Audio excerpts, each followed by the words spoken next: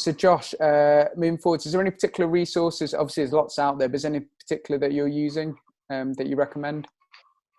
Yeah, I mean, again, Moving Medicine's one, but I think the Active 10 app is one that I've used before. Again, for people that don't know, this is an app that encourages people to do sort of 10-minute bursts of kind of moderate intensity walking, so often kind of brisk walking or other activities. And it kind of, you can use it on your phone for it to kind of track how much progress you're making with that per day. I think one of the reasons this resource is really good is because people often might set themselves goals that are slightly unrealistic. So again, I'm just going to go out and run a 5K, or I'm just going to kind of try and do something that maybe I used to be able to do, or is a bit kind of too difficult, which can then really kill motivation and make people feel like, you know, they failed or they haven't been able to do it well enough. Whereas obviously Active 10 keeps it really simple.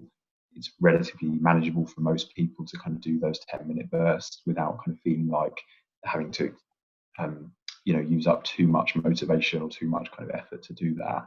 And again, it fosters a sense of achievement, because again, it tells you achieve your goal.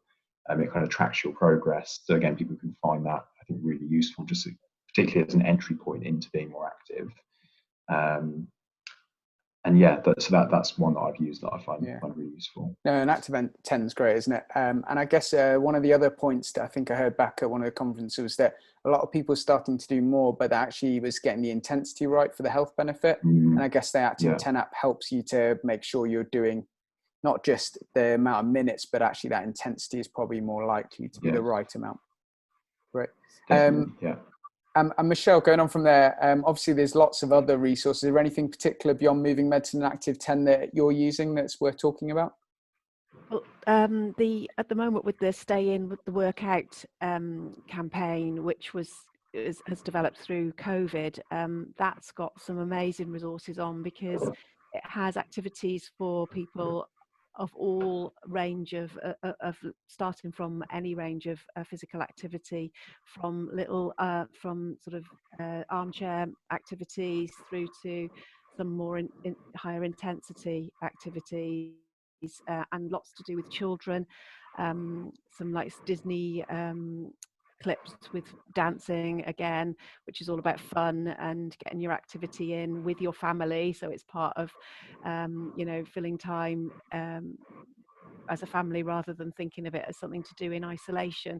So I think the Stay In Workout has got something for everybody from all abilities, and including getting you as a family together. And with the sort of restrictions we have at the moment with going out, it's all about doing things from home with limited space, really.